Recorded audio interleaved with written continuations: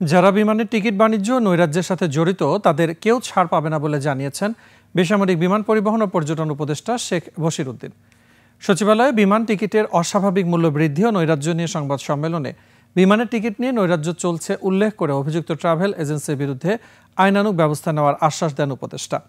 পাশাপাশি প্রত্যেক টিকিটের ওপরে মূল্য, ট্রাভেল এজেন্সির নাম ও নিবন্ধন নাম্বার বাধ্যতামূলক করারও নির্দেশ দেওয়া হয়েছে বলে জানান উপদেষ্টা।